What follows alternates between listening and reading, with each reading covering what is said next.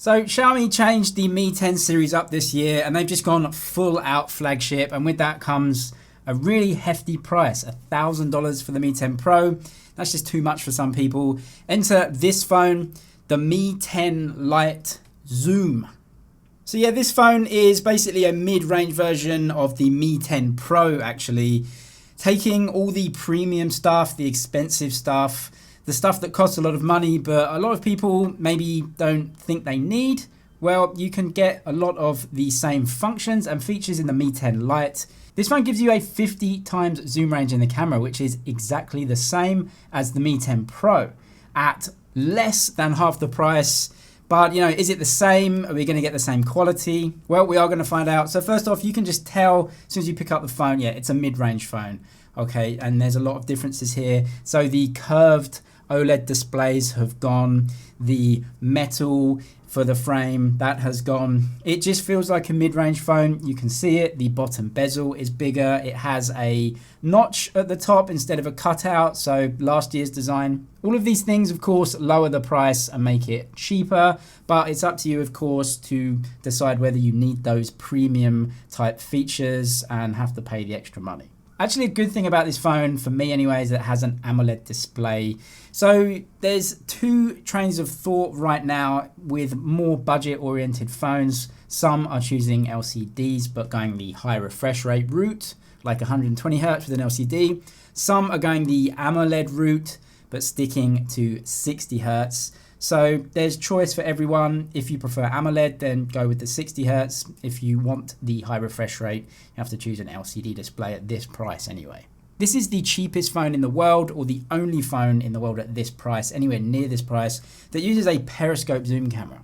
Periscope zooms put the lens elements in a periscope, obviously, and can achieve a longer range of optical zoom. That means this phone actually goes to 5 times optical zoom without any loss of detail. This is all relative because we don't know how good the actual sensor is under there, but having 5 times zoom optically is going to help, and really you just don't get anywhere near that at this price. You have to go even more expensive, and then it goes up to maybe 3 times optical zoom. So yeah, 5 times optical zoom and 50 times zoom in a phone at this price is definitely a good thing. The screen is really good. There's no high refresh rates, and that is, I guess, a compromise, but there are compromises at this price. But because it's an AMOLED, you just get those deep inky blacks. There's no ghosting on the screen like you get with LCDs. AMOLEDs do have a lot of advantages over LCDs, and even though there is no high refresh rate on this phone, it's an AMOLED display at this price, which I think is a really good thing. There is an always-on display as well, and because it's an AMOLED, you're going to get that always-on display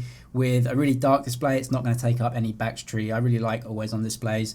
In-screen fingerprint reader as well, another good advantage of OLED displays. So with the Snapdragon 765G, which is in this phone, it's a mid-range chipset, and there are some drawbacks to it compared to the more expensive Snapdragon 865.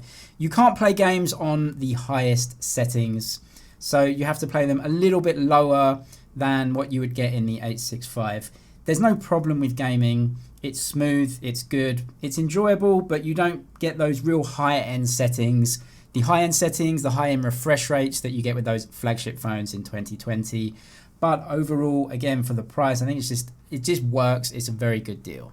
This is really a camera phone, to be honest. This is for people who want to focus on the camera at a good price. Maybe you think the Mi 10 Pro is just too expensive, but you still want some of those zoom features. Well, this is exactly that phone. You get the ultra wide in photo and video. You can record video off the ultra wide, but if you want to record video off the main image sensor, you have to stop video recording and then go into the main image sensor, which is slightly irritating, but that happens on all Xiaomi phones, even the Mi 10 Pro. So I definitely noticed the difference between the ultra wide and the main image sensor in terms of colors and exposure, but I really like the main image sensor image of this Mini. I just think the dynamic range is really good. It seems to have maybe got some algorithms going on, and it makes the Mini and the red color really stand out. So I think it's a really good job that it's done here. To be honest, also the zoom range is really good in this phone, even considering the price. Going from the ultra wide into the main here. Again, you can see some maybe color differences between the two, but I think actually the dynamic range here is actually pretty good. Xiaomi phones just generally do a really good job with dynamic range. 5x zoom is just crisp and clear, really no problems with it. Even 10x zoom, I still think it does a really good job, even comparatively to other phones. Going in all the way to 50x zoom here, you can see that maybe the quality of the image has come down a bit. The colors seem to be a bit off and the exposure seems to be a bit off. But this is right at the very end of the zoom range. 50x, probably not going to use it, but anything up to 10x, I think it does a really good job. Xiaomi selfie cameras are not really the best for me. They tend to lighten skin tones, really like brighten them up and smooth skin. My skin tones don't need any lightening, they're light enough already, so it just looks a little bit too much for my skin tones. Also, no stabilization on the selfie camera. There is a 48 megapixel mode though, so you can take those high resolution images if you want. But to be honest, because of the zoom range in the phone, it's got 5x optical zoom, so you don't really need the high resolution images that much, but it's there anyway if you need it. Also, I think Xiaomi phones in general do a pretty good job with portrait modes. No differences here. I'm sure they're using the same code. Good blurry background.